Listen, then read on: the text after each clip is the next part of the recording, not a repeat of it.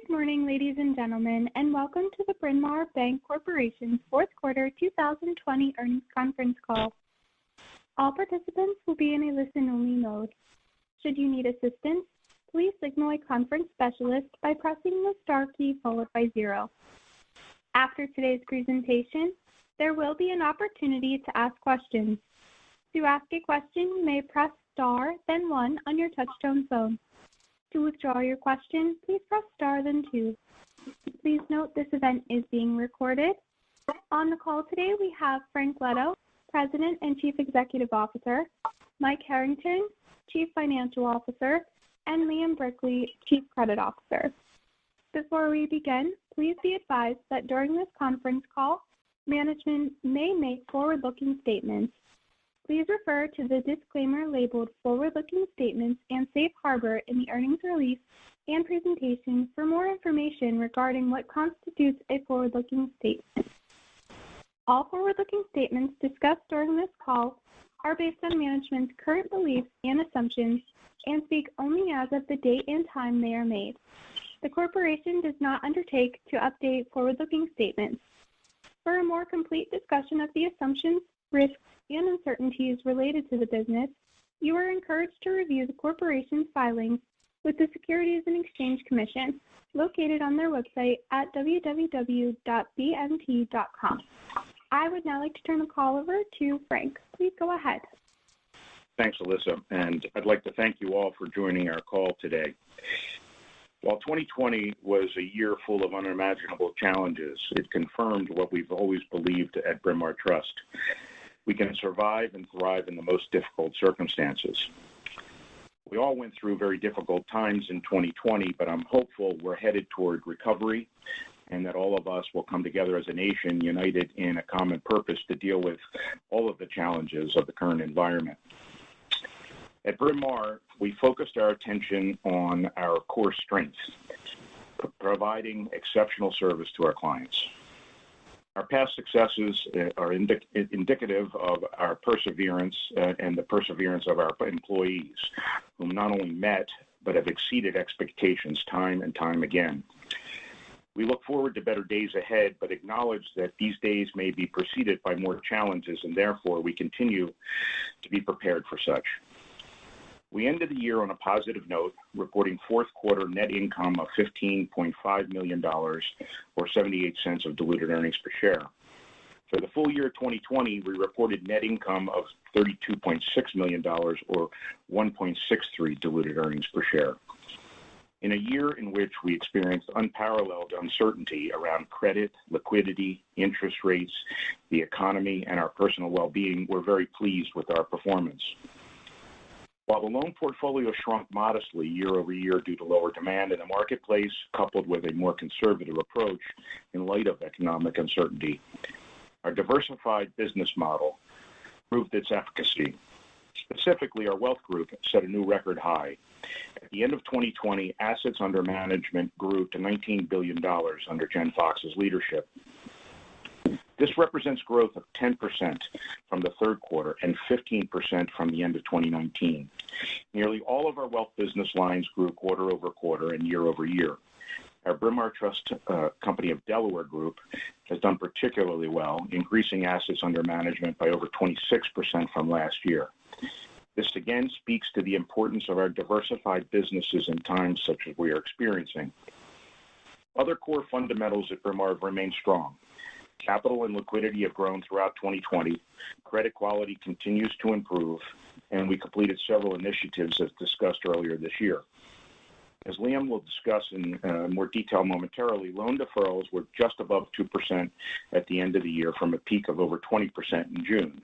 And I'm proud of our credit team's work in helping our clients through this pandemic. One initiative I'd like to highlight includes the ongoing investments in technology. Investments in periods past allowed the majority of our employees to quickly and effectively transition to a remote working environment. Because of the success of our remote working environment, we made the decision to make working from home permanent and subsequently exited a substantial portion of our office space in Bryn Mawr. Further, ongoing reviews of our branch locations and customer behavior led to the announcement of additional planned branch closure expected in April. We remain committed to the ongoing review of our branch network, but have elected to take a measured approach to ensure we align our physical distribution in a way that is consistent with our customers' needs post-pandemic. That said, the likely outcome of this alignment will be fewer branches over the next few years. Heading into 2021, we're cautiously optimistic as it pertains to the general economy and our ability to grow organically. Another example of our focus towards organic growth is the announced hiring of George Robustello, who will serve as our Managing Director of Commercial Banking in the Southern New Jersey market. South Jersey is a natural extension of our current markets, and George will work to accelerate our commercial client acquisition in this region. While we believe uncertainties will persist, we have positioned ourselves accordingly and identify opportunities within our market in order to drive shareholder returns. Our markets remain competitive from high levels of liquidity within the industry. However, we're confident in our team's ability to capture our market share with our one BMT approach. Finally, I'm proud to announce the Board of Directors approved a 27% share dividend. This marks our 10th consecutive year of full year dividends with an increase. I'd like to now turn over the call to Mike to discuss the fourth quarter results. Mike? Thank you, Frank, and good morning, everyone. As Frank noted, for the fourth quarter 2020, we posted GAAP income of $15.5 million or 78 cents per diluted share. The fourth quarter included several non-recurring items that nearly offset one another. These non-recurring items related to the downsizing of our real estate portfolio that you may recall included the sale of one back office building, the early lease termination of two back office buildings, and the announced closure of one branch. The savings related to the closures will begin to be realized in the first quarter of 2021. For the fourth quarter, net interest income was flat. A lack of loan growth coupled with a stable net interest margin contributed to this outcome. While we continued to see pressure on loan yields, we were able to offset these lower yields by reducing rates paid on deposits. Related to the provision for credit losses, improvements to the current and forward-looking economic conditions, specifically Pennsylvania unemployment, led to the release of the allowance for credit losses during the quarter of $1.2 million. Non-interest income was up 4% quarter over quarter. This was primarily a result of the sale of the building, as discussed a moment ago. Nonetheless, during the fourth quarter and throughout 2020, our fee income held up extremely well, with wealth of particular note, as overall revenue was up almost 8% relative to the same quarter last year. Non-interest expenses increased 10% during the quarter. The increase was primarily a result of expenses related to the downsizing of the bank's facilities portfolio, incentives related to sales activity in the wealth division, and an increase in our deferred compensation liability, a function of the strong gains in the stock market during the quarter. Expenses would have been essentially flat quarter over quarter if not for these three items. Further, a portion of the incentives paid during the fourth quarter relate to revenue that will be recognized in 2021. Turning to the full year results, net interest income for the full year 2020 decreased 3% due to the significant drop in yields that impacted both our loan portfolio and deposit pricing. This can be seen in our tax equivalent net interest margin, which decreased 39 basis points during the year. Provision for credit losses nearly increased fourfold from 2019. The primary driver of the increase was the adoption of CECL, coupled with the deterioration in the economy related to the pandemic following our day one adjustment. Non-interest income year over year was nearly flat and held up very well in light of the pandemic. As Frank discussed, the wealth division had a great year in terms of assets under management growth and year over year revenue growth, which was over 5% when adjusted to exclude the mitigation payment related to the unwinding of the mutual fund. Of particular note is the Delaware Trust business, which grew assets 26% and revenue by 29% year over year. Non-interest expenses decreased 3% from 2019. As some of you may recall, last year we mentioned we were taking a more diligent and proactive approach towards expense control, even prior to the pandemic. When the pandemic hit, we accelerated several of our expense savings initiatives. The result of these initiatives helped support our ongoing investment in technology, while allowing us to keep expenses essentially flat versus the same quarter last year, when adjusted for the cost of downsizing our facilities portfolio in this quarter. At the end of 2020, our balance sheet was positioned to handle the challenges and opportunities headed into 2021. We have ample liquidity and a strong capital position. As depicted on slide 7, asset quality has improved after the deterioration earlier in the pandemic. We have seen the vast majority of our asset quality indicators improve and stabilize from the high points. And as we sit here today, we are confident with the level of our allowance for credit losses. Looking ahead, we anticipate continued uncertainty and the potential for ongoing volatility as it pertains to the overall economy and markets. As for the net interest margin, we believe it could come under renewed pressure if the overabundance of liquidity in the marketplace causes additional compression of loan spreads. As a potential counter to the net interest margin pressure, if the yield curve can hold on to its recent steepening, we could see modest improvement in the margin. Regarding loan growth, there's still great uncertainty as it relates to the direction of the economy. Areas like the speed of the vaccine rollout, government stimulus, and the resumption of pre-pandemic economic activity are variables that will influence demand for credit. Given these unknowns, loan growth is likely to be muted in the first half of the year and rebound thereafter. Similar to the past year, we remain committed to thoughtful expense control. We will continue to execute our technology plan and hire talent to expand our business.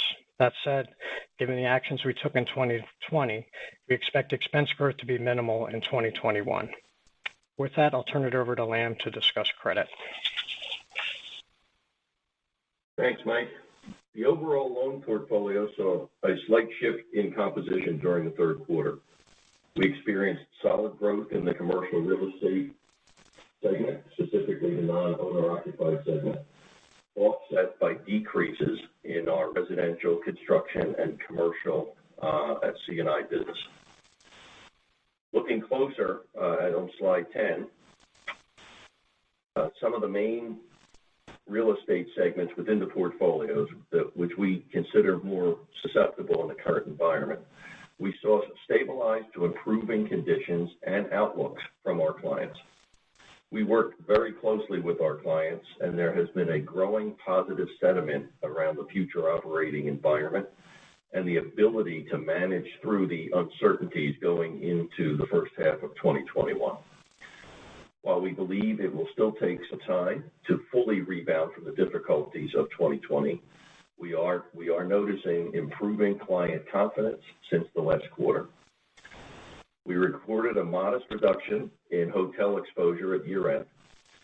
A substantial number of borrowers in this sector went into the crisis with modest leverage and have fared better than expected. Overall, our commercial real estate portfolio remains strong, with strong underlying fundamentals, including stable loan values. Flipping to slide 11, we are pleased to report deferrals declined to approximately 2% of the total portfolio at year-end. This is significantly lower than the approximately 21% high point at the end of the second quarter of 2020. Our largest loan segment, which is our CRE non-owner occupied, decreased from a high of 28% in June to 4% at year-end. We saw a significant decrease of deferrals in the CRE owner-occupied portfolio from a high of 29% down to 2% at year-end. The hard work of the team, working closely alongside our clients, yields confidence in the improvements. During the fourth quarter, overall criticized loans decreased. There has been substantial reduction in classified loans as we successfully reduced our exposure or exited several transactions. This was partially offset by net new downgrades to the special mention category for a number of clients whose business models, such as commercial real estate operators in the retail space and for outpatient surgical centers, have been impacted by COVID. Despite the increase in special mention credits, the reduction in NPA and classified exposure is a positive sign. However, it remains too early to tell if this is the beginning of a trend. We will have a clearer view of the new normal trading conditions as the COVID vaccine rolls out over the next few quarters. If economic conditions continue to improve, along with an increase to our customer sentiment, we would expect that these portfolios could show further improvement. Slides 12 and 13 provide a more granular view of our deferral history and future expectations as of 12/31/20. As we see on slide 12, a portion of the CRE non-owner occupied, concentrated in hospitality and restaurant borrowers, continued deferments into this year.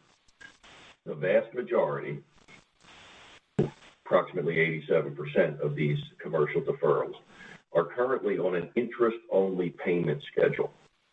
These deferred loans are expected to return to regular P&I schedules in the second quarter of 2021. We remain committed to working alongside COVID-impacted clients to assist where prudent and necessary. Slide 13 details the breakout between first, second, and third term deferrals. As seen in the slide, the third deferrals are continuing into 2021 and are expected to reduce to near zero in the second half of the year. Slide 14 breaks out deferral information for our largest loan segment, the CRE non-owner occupied segment. As mentioned a moment ago, this segment represents the bulk of the third-time deferrals, but we are confident that the majority of these borrowers will resume full payments later this year. As Frank and Mike touched on the 2021 outlook earlier, I wanted to add a few comments. After working with many of our customers during the pandemic over the last 10 months, we have managed through a wide range of unknowns and uncertainties, some of which persist to this day. We all have considered worst-case scenarios at one point or another, but at the end of the day, we relied on our sound underwriting practice, experience, and patience to overcome these obstacles. From where we were at the middle of 2020 to now, I can say that customer sentiment has improved and there is improving clarity and enhanced confidence with respect to the prospects of a continuing economic recovery. If we continue on the path of improving economic conditions, I believe our credit quality measures will improve and the prospect for loan growth will as well. With that, we'll turn the call back to Frank. Thanks, Liam. And with that, an operator will open up the line to questions, please. We will now begin the question and answer session. To ask a question, you may press star, then 1 on your touch-tone phone.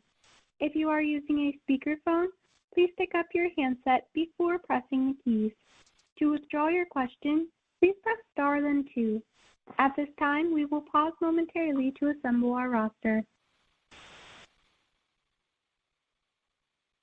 The first question today comes from Casey Whitman of Piper Sandler. Please go ahead. Hey, good morning. Good morning, Casey. So congrats on the success in the wealth business this last year. So just wondering, it's been a while since you did any acquisitions in the wealth space. So I was just curious as to what your guys' appetite was for wealth acquisitions this year. No, Casey, I think, we're always looking at things and opportunities. Nothing's come across, that has made sense for us. Just generally the RIA acquisitions that banks have done, if you look around the country, they haven't all been that successful. I think probably our most successful acquisitions in the past have been of trust companies that have a similar structure and model to what we've had. So, we don't need to stretch. We're not trying to take any unnecessary risk with these types of acquisitions because we've had such success with the organic loan growth. I think we'll continue to look at opportunities as they, like I say, as they develop. And if there's something that makes sense and is strategic to what we're doing, we'll obviously execute on it. But for the time being, we'll continue our focus on organic growth. Makes sense. I guess while we're on the topic, any updated thoughts on just how you're looking at bank M&A this year as well? I pretty much ditto, except take out wealth and RIA. I mean, we haven't seen anything really that is strategic for us, and that really is that wouldn't be franchise dilutive, for example, or that would be that would really be additive in our markets. So again, we're just, we've been spending the last couple of years building up the infrastructure for growth, building up technology for growth, putting I think one of the best teams in community banking in place. And I think that'll continue to be our focus as we go forward, unless something pops up that'll make sense for us to jump into. I mean, I think our market pretty well. There's a lot of opportunity here on the organic side, so we think we can keep that growth trajectory going. Once this pandemic settles down, we'll keep it going in the right direction. Understood. Makes sense. Thanks. I'll just ask one more maybe on the margin. We saw it stabilize this quarter. I appreciate the outlook you gave. Just wondering if you could give us some details on where new production yields are coming on relative to the portfolio yield, and just whether there's still any pressure there if the gap is kind of narrowed enough here. Yeah, I'll take that, Casey. Good morning. I mean, new yields are coming on lower than I'd say on average than the actual yield, but they're pretty close to one another. So that the overall yield in the book is about 390, 389, 390. And we're probably putting on new business just below that at this point. I think what I alluded to in the prepared commentary is that there's so much liquidity out there, and then there's not as much demand for credit. So those two things are working against each other to potentially drive spreads lower. But the good news is the curve steepened a little bit, so that might offset some of that downside pressure on the new yields. Understood. Thank you. Mm-hmm. Thanks, Steve. The next question today comes from Michael Perito of KBW. Please go ahead. Hey guys, good morning. Morning, Mike. Morning. Thanks for the color on the call and on the outlook for 2021. I had a question on expenses I want to get a little bit more clarification on. On the slide 8, you guys mentioned that expense growth is expected to be minimal versus prior year. If I'm looking at the prior year, I have a core number of about $141 million for 2020. I'm just curious, I guess, is that how you're thinking about the number for 2020 when you talk about minimal growth, or are there some adjustments for some of those items in the fourth quarter that you alluded to in your prepared remarks, Mike? I tried to keep it simple and just use the GAAP numbers because so I think it's we want to hold it flat relative to the actual reported number, not try to do all the ins and outs.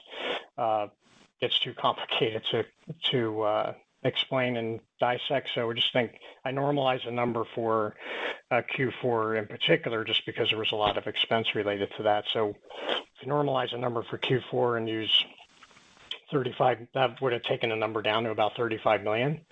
And then we just expect that number to kind of hold on a relative basis going forward. And that should be pretty close to. Got it. Okay. So I mean, you guys are investing on the technology side. So, yeah.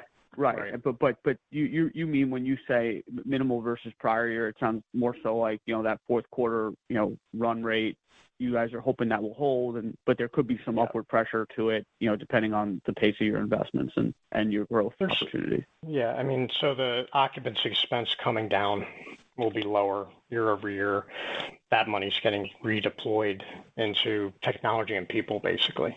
But again, we expect the expense growth number to be very minimal, so very low single digits, if not zero. Got it. That's helpful. Thanks. And then, Mike or Frank, I was wondering if you guys could maybe, walk us through a little bit, the kind of updated technology roadmap for the next year or two as you guys see it. I mean, I know you guys are pretty advanced in your rollout of nCino across the platform at this point. Just curious if there's any other kind of specifics that you can share that you guys are looking at that you think could be impactful and we should be mindful of as we move, as we begin 2021 here. Sure. Well, nCino really is, I think, the story for the first half of this year for sure. We've launched 3 modules of nCino between the end of 19 through 20. And the commercial piece, which is the largest piece and probably the most complicated of all, is what we're in the throes of right now. We should be done, hopefully, close to the end of the second quarter. That's the goal. So I don't want to say we're not doing anything in the interim, but that is really prime focus for everybody to get that completed and try to start to get the efficiencies of a system like that. We're also in the throes of a technology transformation internally, hopefully maybe next quarter we'll have Adam on the call and he can give you a little bit more color like he did at our last Investor Day. But we're moving a lot of our technology into the cloud, getting out of the managing hardware business, literally getting out of that. So that's a big focus going forward.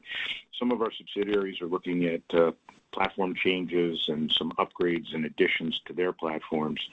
And, as always, just like any I think, appropriate strategic planning, Adam's done a really nice job of putting together a plan for us over the next 2 to 3 years. So there'll be a continued investment and upgrade in our technology, hopefully resulting in continued efficiencies. And I think part of what you're hearing from Mike, is keeping expenses flat. And one of the reasons we're able to do that is because of what we've invested in over the last couple of years. And I think everything we do going forward is with an eye towards that kind of efficiency build. If that helps you. Helpful. Yeah. No, it does. Thanks, Bryn. And it does. Thank you. And then just lastly, as we I'm a little bit of a 2-part question here, but just, it sounds like the credit environment is fairly stable and the optimism of the clients is improving, although you guys are still remaining a little cautious and just making sure that, it doesn't go the other way and we'll see what the stimulus and the vaccine looks like. But it seems like it's fair to think that, certainly provision expense in 2021 will be lower than what it was in 2020. But as I think about profitability, overall, obviously the somewhat more normalized credit costs will help, but how do you guys think about, I mean, is there room with kind of that expense outlook that you laid out to improve the pre-provision, earnings profile of the bank in 2021, or does the low rate environment make that kind of a challenging endeavor and likely maybe more of a 2022 environment if we get some steepness at that point, or any kind of color on how you guys are thinking about that over the next 12 months or so? Want me to take that, Frank? Oh, sorry, Mike, I put it on mute. Yeah, go ahead. Yeah, sorry. I'll take, yeah. So, Mike, I think that's the latter. So I think the idea around holding expenses flat is a function of just the pressure on the earnings side of the house and growing that year over year. As we mentioned, I think the loan growth is probably loaded on the back end of the year. So, so you end up with a modest increase in average balances year over year, and then you get the full effect of the decrease in the margin from the prior year. So we're going to endeavor to grow. We think we can grow our fee income business to offset some of that. And that leaves you with with the situation you described, the second part of your second kind of scenario, which is it's difficult until we see the average loan growth start to materialize on the balance sheet, and that really throws you into 2022. I don't think it's consistent with what we're hearing with respect to the vaccine rollout. I mean, I think we're just trying to be cautious about how we look at the environment really prior to getting back to some kind of a normalized life that we're going to lead. Yeah, makes sense. And I lied. I got one more quick follow-up because you brought something up, Mike. I just want to clarify. If I look at the earning asset base today, right, there's still probably year on year up maybe $300-400 million, right, with some of the liquidity that came in from PPP and just the environment itself. I mean, at this point, is it still safe to assume near term that a lot of that liquidity and that balance sheet size is probably going to stick around, or are you seeing any updated, thoughts around kind of liquidity normalizing from some of your customer base? Well, we haven't seen it normalize yet. So, in fact, at the end of the year, we sort of saw a liquidity wash into the bank, and some of that's going back out. But we don't feel like there's going to be a big change in the liquidity profile. And again, it goes back to that's one of the constraints we believe in terms of loan growth, especially in the first half, is there's so much liquidity that it's, well, when is the uptick going to be there to use that liquidity? And then subsequent to that, then when will the credit demand return to where it was pre-pandemic? So, but no real change, Mike. I think we're still going to see us sitting on a decent amount of excess liquidity.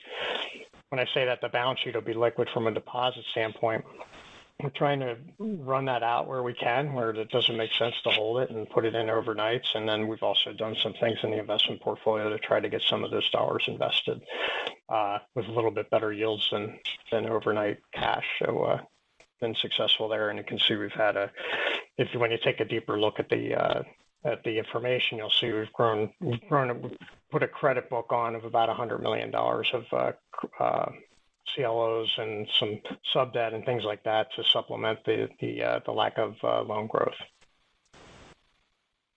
Really helpful. Thank you, guys. Appreciate the update and stay well. Thanks. Thanks. Likewise. The next question comes from Eric Zwick of Boenning & Scattergood. Please go ahead. Hey, good morning, guys. Morning, Eric. I just wanted to start on non-interest income and the capital markets revenue specifically. That obviously, varies from quarter to quarter based on, certain activity. I guess, if I look at it from a full year perspective, from the level about $9.5 million in 2020, any thoughts on how that trends going forward here in 2021? Mike, you want to take that? Frank, yeah, I think that number is that's a good way to think about it, Eric. So we're just going to have volatility. A lot of that revenue is dependent on when we close loans, access to or linked. So when some of what we might have expected in Q4, some of that activity rolled into Q1 of this year. But that 9.5 number, $10 million number, we think is a good number if you're thinking about it on a go-forward basis. And that's where we'll at least land there in 2021. Got it. And then switching gears to the newly authorized round of PPP, just curious, how much demand are you seeing? How active do you intend to be? And do you anticipate selling again as you did the first time around? Want me to take that, Frank? Whatever you go ahead, Mike, if you want. Or let me. Right. Yeah. Go ahead. Yeah, go ahead. Well, go ahead. Anecdotally, we're not seeing as nearly as much demand as we saw the first time through. That's not to say there isn't. We've had some requests. We are not going to participate in round two. We sold the portfolio to a very large servicer of the loans. We've worked out an arrangement where we're referring our customers to them. At the end of the day, there's so much operational risk for a bank like Bryn Mawr, who's not an SBA shop and doesn't have an extra 100 people in the loan operations group to manage the credits.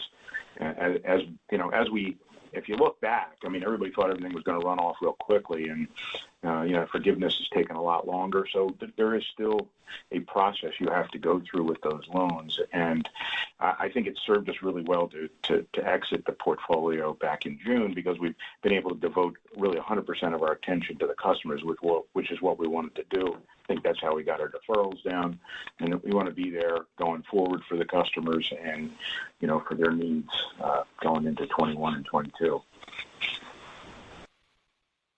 Got it. Thanks. And yeah, I agree. You guys had a lot of good and accurate foresight to anticipate some of the difficulties in the extension and the whole process. So, yeah. And then last one. So, Eric, just to add to Frank. So it's really the first. I think it's just the first week it's been open. So we will be getting a report. We actually get it later today to see what's coming into our partner, company we partnered with that'll be handling the second request will go to that partner company, and we will share in some of the revenue related to those second requests as they come in, but we haven't gotten any data yet at this point. We'll actually get that later today. It'll be our first report. Yeah. Great. I look forward to that. And then last one for me, pivoting off the expense discussion, and Mike, you mentioned that any of the savings that you generate from the branch closures will likely be reinvested in tech and talent. I guess on that latter front, in terms of the talent, you guys have previously talked about wanting to add to the ranks of the commercial lenders, and it sounds like you have done so recently with the addition of the new director in Southern New Jersey. How do you think about the rest of 2021? What is the market like out there? And I guess are there specific individuals that you target, or just look for opportunities to arise naturally over time? I think it's all of the above, Eric. I mean, I think we obviously know some key players in the marketplace and always try to keep the channel of communication open with them. And then opportunities just pop up, referrals come through, you get wind of somebody's moving on and unhappy or wants to move on and be unhappy. And, we'll try to take advantage of those. And it's not just on commercial lending. I mean, I know that, in our wealth group, Ken's always looking for lift out opportunities for, just talent anywhere we can find it that makes sense and really fits with our culture at the bank. So, that's a broad answer, but it's a really pretty broad question about how we get these people. But I think you can look at it across the entire enterprise, not just in commercial lending. I appreciate the color there. Thanks for taking my questions this morning. The next question comes from Matthew Breese of Stephens Inc. Please go ahead. Hey, good morning. Good morning, Matt. Morning. A few questions. So, sorry to go back to expenses. I just got a little bit confused there. On one hand, Mike, you said hold the full year GAAP number, trying to target that flat, but then I also heard you talk about the core 4Q number of $35 million. Could you just clarify for me what the base is? I think use 2020 as your flat number. The GAAP, 140. Yeah, the GAAP number. Yeah, 142, 143. Yeah. Okay. Thank you. Okay. Thank you for asking. Okay. And then on loan growth, I know it's been a challenge. I was hoping you could talk a little bit about the interplay between originations and payoffs and what the pipeline looks like.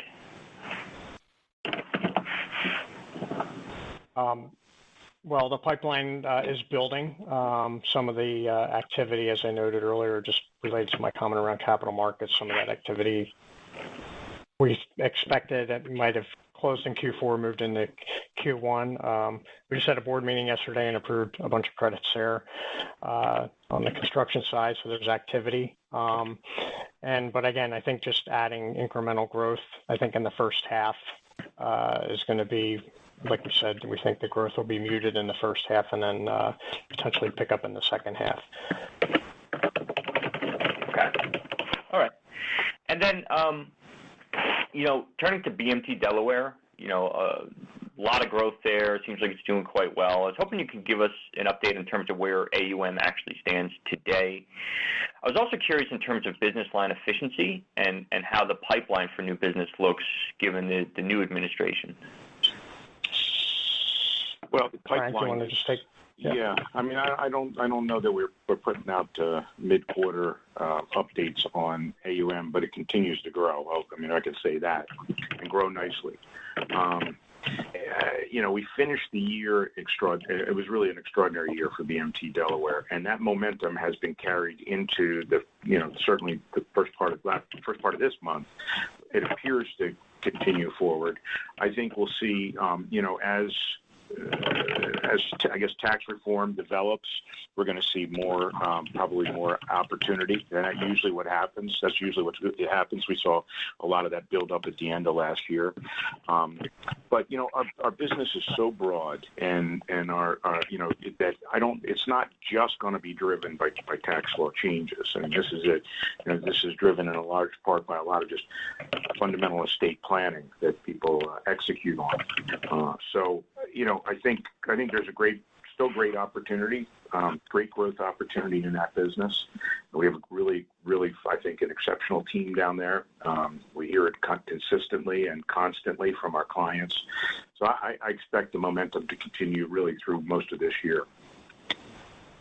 Yeah, the only thing I can answer your question specifically. That business was about $11 billion at the end of the year, just under that. And then, as Frank noted, I mean, the momentum in the business, especially at the end of the year, and this kind of goes back to my comment around when I was normalizing expenses. A lot of the incentives we were paying were related to new business that was being written in Bryn Mawr Trust of Delaware all the way up till December 31st. And it's one of the things that sets us apart is we stay open and continue to do business right up till the end of the year in that area. And it's really benefited us and it's built customer service thing that sets us actually, apart. I think Bob actually closed early on New Year's Eve, about 8:30 New Year's Eve evening, literally. So that just speaks to the level of service and to why I think this becomes a choice for most of the, a lot of our referral sources. So. I appreciate that. Next one is just in the deck. There is a mention of the share repurchase authorization. Can you just talk a little bit about willingness, ability, or what are the circumstances where you would repurchase? Well, we had paused it, when we first went into this, into the pandemic. I think that pause is off now. So we have a capacity. We have the authorization from our boards. We've got a $700,000 of share authorization still remaining on the original authorization that we went to them with. And then we've got, as we noted also in the same slide, we've got a lot of cash at the holding company. We're sitting on over $100 million of cash here. So we'll definitely be evaluating it and looking for opportunities potentially to buy our stock back in the future. Okay. Just the last one for me in regards to the new regional president in South Jersey. Could you just frame for us what specific markets within South Jersey you're looking to target? And what business lines? CRE, C&I, a little bit of both. Curious. Well, George, I think his background is in C&I. So, I think that'll obviously be his sweet spot. But as he builds his team, there's so many opportunities on the CRE front. It's really an extension of the Philadelphia market. I think you know that in South Jersey. So we get a lot of opportunities on the CRE front as a result. And it's a natural outgrowth of what Kevin Tyler has been doing for us, with his ties up in Princeton and that central New Jersey area. It's just a natural extension of what we've been doing there. So I think you'll see a broad base of business coming out of George and his team. That's all I had. Thank you so much for taking my questions. Thanks a lot. Thanks, Matt. As a reminder, if you have a question, please press star, then 1. The next question comes from Christopher Marinac of Janney Montgomery Scott. Please go ahead. Hey, thanks. Good morning. I wanted to circle back on the criticized and classified assets. We saw some movement in the retail area and just a little bit in hospitality. I just was curious kind of what the path to either further upgrades or downgrades that you see the next couple of quarters. Ma'am? Sure. We look at our crit class book, in detail monthly. And our last review was actually yesterday. So I think the ultimate trajectory is tied to the pace of economic recovery and the rollout, which in turn is tied to the rollout of the vaccine. Folks are stable right now, so we're not looking at a lot of people burning through cash, but the triggers for upgrades are really going to be kind of a return to normalized trading activities.